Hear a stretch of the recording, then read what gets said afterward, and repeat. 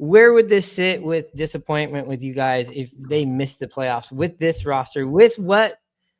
Let's give the ownership some credit. They had a good trade deadline. They did what they could at the deadline. I think maybe you could have got one more pitcher arm, but yeah, one more arm. Sure, I agree there. But where would the disappointment level be versus like other years? Like definitely more than last. I would say definitely more than last year for sure. Because at least last year we kind of figure it wasn't going to work, and they kind of had that accident kind of okay September month. I want to say it's going to be more disappointing than 23 because 24, just the feeling of it, like getting Suarez back, even though he shouldn't have been traded away to begin with anyway. Yeah. And then Cal Raleigh having a monster year. Last year, it was just wasting the starting rotation. 23, don't know what, I mean, it was wasted, sure, but it was like what was really wasted, like the bullpen, good starting pitching. I think for some reason, I think 25 will be up there along with like maybe like in the early 2000s, like 2002 and 2003. That was massively disappointing. I would say actually at this point, this one will be more disappointing because after this season, the arbitration years of George Kirby and Logan Gilbert are not going to last forever. Randy Arozarena is entering into his final year of arbitration before he becomes free agent. And then Suarez is going to be off the books. Naylor is going to be off the books. So after this season, especially if they don't miss the playoffs, what are they going to do with this team? Because I do think the team is going to be a little bit different, like maybe like a transitional thing from 23 to 24. And that could happen again because I don't expect them to re-sign Suarez. Like we're going to lose all these fun players too. And then Rosarena he's going to be expecting a lot out of his arbitration. And then what if Gilbert and Kirby, what if they don't get their extensions? And then they may have to be traded too. So that's why I want this playoff run to be this season. Like, I don't think we could really wait till next season. Yeah, I would agree that this would be the most disappointing of all the years. One, because of the year you're getting from Cal Raleigh, an MVP type year. This is the best offense on paper that I've seen in the last few years with this team. What's different from the other years, this year the Mariners have always been kind of the front runner up near first place, consistently locked into a wild card. Those other years I felt like they were always playing from behind, but they played well in that predicament. And the biggest thing is the AL West is down so much.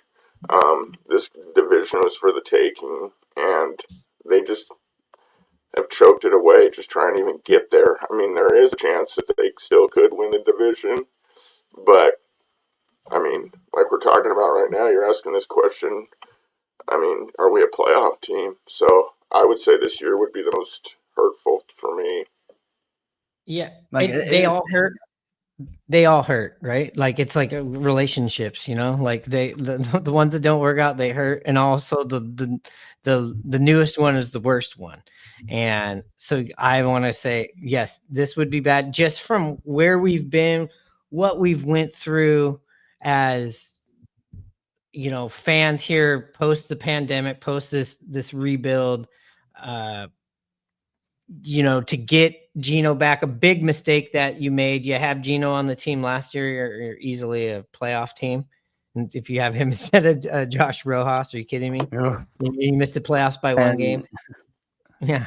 But yeah, it would be up there. I think 2023, I was really disappointed just because of what happened in 2022. And them going, we're going to add on. And then we lived in that lie for the next, couple of years. But that's when it was like, whoa, they're really going to fuck us like this. I think it would be up there with 2023, but worse. It would be worse just hearing and reminding myself after hearing you of like, yeah, Randy's going into it's his last year next year. Gino going to probably be gone, I would assume. You don't know what's going to happen with Naylor, especially where he's getting all this like, pub about him. He's going to be trying to cash in. Why not?